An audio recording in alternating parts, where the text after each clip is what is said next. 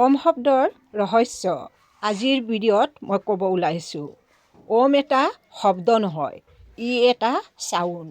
আমাৰ বিশ্বব্ৰহ্মাণ্ডৰ সৃষ্টি ওমৰ দ্বাৰাই হৈছিল। ওম এটা ঈশ্বৰীয় প্ৰতীক। ওমক আমি সুপ্ৰিম বুলিও মানো। ওম শব্দত লুকাই আছে তিনিটা শব্দ। হয়তো আমি বহুতে জানো, বহুতে নাজানো। ওমত আছে অ, উ, ম। ওম উচ্চাৰণ কৰিলে ৰাতিপুৱা 5 মিনিট আমাৰ শৰীৰৰ বেমাৰবোৰ ভাল হয় আৰু চেৰাটনিকৰ উৎপন্ন হয়। আমাৰ শৰীৰ সকলো ৰকমৰ বেমাৰবোৰ ভাল হয়। সেইকাৰণে আমি ৰাতিপুৱা 5 মিনিট সময় ওমৰ উচ্চাৰণ কৰিব লাগে আৰু আমি তেতিয়া আসনত বহিব লাগে, পদ্য আসনত।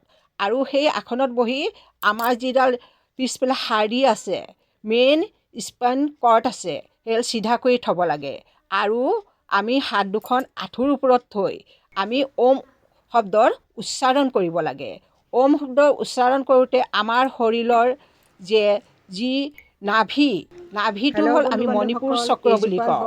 আৰু তাৰপিছত যি আমাৰ হাওঁফাওঁৰ ওচৰৰ ঠাইখিনি তাক আমি ৰাতিপুৱা তিনিখিলাকৈ বিশুদ্ধ চক্ৰ বুলি কওঁ। আৰু কণ্ঠত যিটো চক্ৰ আছে তাক আমি সহস্ৰ চক্ৰ বুলি কওঁ। ওম শব্দ উচ্চাৰণ কৰিলে এই তিনিটা চক্ৰ কমেণ্টত জনাব। এক্টিভ হয় আৰু লগতে আমাৰ যি মণিপুৰ চক্ৰ তাত আমাৰ কলেষ্ট্ৰল আৰু যিখিনি আমাৰ হাওঁফাওঁৰ ওচৰত তাত আমাৰ বাত আৰু ডিঙিৰ ওচৰত যি কণ্ঠচক্ৰ আছে তাত আমাৰ বাত, তাত আমাৰ কফ ৰোগ নিবাৰণ হয় আৰু বেলেঞ্চ হয়। সেইকাৰণে আমি ওম উচ্চাৰণ কৰিব লাগে। কিন্তু সকলোৱে এই শব্দ উচ্চাৰণ কৰিব নাজানে। কিছুমানে ডাইৰেক্ট অৰ উচ্চাৰণ কৰি থৈ দিয়ে। সেইকাৰণে আমি ওম শব্দক এইদৰে উচ্চাৰণ কৰিব লাগে। অ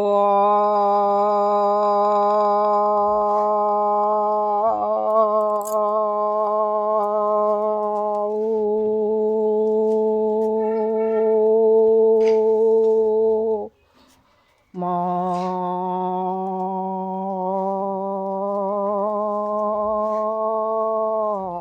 ওম এইদৰে উচ্চাৰণ কৰিলে আমাৰ শৰীৰত অ দি যিখিনি উচ্চাৰণ কৰোঁ কলেষ্ট্ৰলৰ এইখিনি আমাৰ বেলেঞ্চ কৰে আৰু উ দি যিখিনি উচ্চাৰণ কৰোঁ আমাৰ বিশুদ্ধ চক্ৰত আমাৰ বাতখিনি বেলেঞ্চ কৰে আৰু ম দি যিখিনি উচ্চাৰণ কৰোঁ সেইখিনি আমাৰ কণ্ঠৰ যিখিনি কফ ৰোগ আছে সেইখিনিক বেলেঞ্চ কৰে।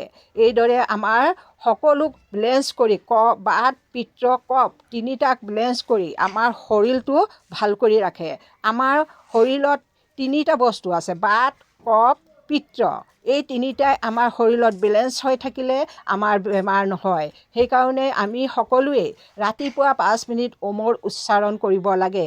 ওমক যদি আমি ৰাতিপুৱা ওম চাউণ্ডক উচ্চাৰণ কৰিব নোৱাৰোঁ, গধূলিও আমি 5 মিনিট সময় উচ্চাৰণ কৰিব লাগে। আমাৰ শৰীৰৰ বাত, কফ, পিত্ত বেলেঞ্চ হৈ থাকিলে আমাৰ ৰোগৰ পৰা মুক্তি পাব পাৰিম আৰু চেৰাটনিকৰ উৎপন্ন হ'ব, ব্ৰেইনৰ বহু বেমাৰ ভাল হ'ব।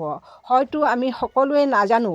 আজিৰ ভিডিঅ'ত মই সকলোকে এইষাৰ কথাই জনাব বিচাৰিছোঁ যে ওম এক মহান চাউণ্ড। ইয়াক সকলোৱে উচ্চাৰণ কৰিব লাগে। সৰুৰ পৰা শিকিব লাগে। সকলো বয়সতে শিকিব পাৰে। জ্ঞান শিকাৰ কোনো বয়স নাথাকে। সকলো বয়সতে ইয়াক উচ্চাৰণ কৰিব পাৰে। আজিৰ ভিডিঅ' মোৰ ইমানখিনিয়ে। যদি দৰ্শকবৃন্দ এই ভিডিঅ'টো ভাল লাগিছে চাই কমেণ্ট কৰিব আৰু ছাবস্ক্ৰাইব কৰিব। মই নতুন নতুন ভিডিঅ' লৈ আহিম। আজিৰ প্ৰথম ভিডিঅ' মোৰ এইয়াই। কেনেকুৱা লাগিছে জনাবচোন।